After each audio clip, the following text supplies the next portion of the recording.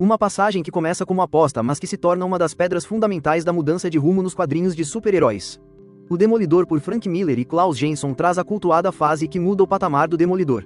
A situação era de sempre, um herói meio genérico, com a revista já saindo de forma bimestral, prestes a ser cancelada e com grande rotatividade de autores.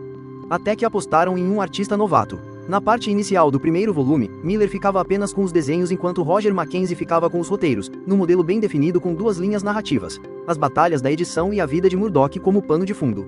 Acompanhamos o advogado de Namorico com a Viúva Negra, mas em seguida volta a namorar Heather Glenn. Passamos pelos preparativos e o casamento de Fogg enquanto Ben e Urit ia ligando os pontos da identidade do Demolidor. Já na fórmula do confronto da edição, o Demolidor começa como convidado ilustre em duas histórias do Homem-Aranha para depois enfrentar em sequência o Arauto da Morte, Mercenário, o Hulk, Dr. Octopus, o Gladiador e Bélico. Miller começa meio devagar, ainda reconhecendo o terreno e aos poucos vai dando pitaco também nos roteiros. Até que chega a edição em que Miller assume as rédeas, com uma história avassaladora que insere ninguém menos que Elektra. A partir daí começa uma guinada absurda na qualidade das histórias, saindo do esquemão padrão, a revista volta a ser mensal e Miller rouba o rei do crime da revista do Aranha para ficar de rixa com o Demolidor ao mesmo tempo que resgata o Mercenário. A partir do segundo volume, Murdock é jogado na sujeira das ruas de Nova York, com Miller estabelecendo de vez o conceito de herói urbano para o homem sem medo, consolidando a área cinzenta e dilemas morais.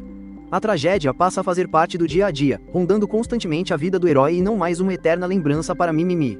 É inserido retroativamente Stick, um mestre que ajudou Matt a lidar com a perda da visão e explorar os novos dons recém-adquiridos após seu acidente.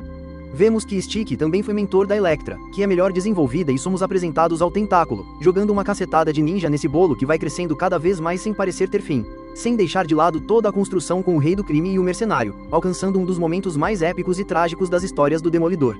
O volume 3 inicia com uma história em duas partes bastante emblemática, com Murdock presenciando um adolescente ter uma overdose de drogas.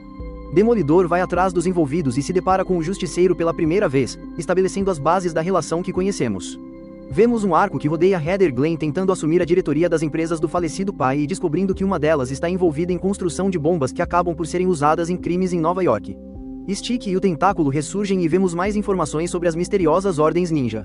Se antes Murdock procurou seu antigo mestre por ter perdido seus supersentidos, agora é porque eles estão ampliados, deixando o herói desnorteado. Acompanhamos a consolidação da relação definitiva do herói com seus dois maiores vilões, o Wilson Fisk e Mercenário. Mas também entrega um tentáculo mais bem definido e, claro, deixa uma brecha para usar novamente a Elektra.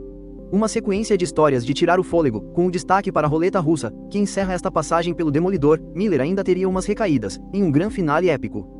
Com Miller, o Demolidor deixa de ser um super-herói genérico, protagonizando suas histórias com uma frenética cadeia de eventos que viraram referência, mostrando um olhar nada luminoso e que serviu como base, junto de outras obras e personagens, para uma mudança em toda a indústria dos comics.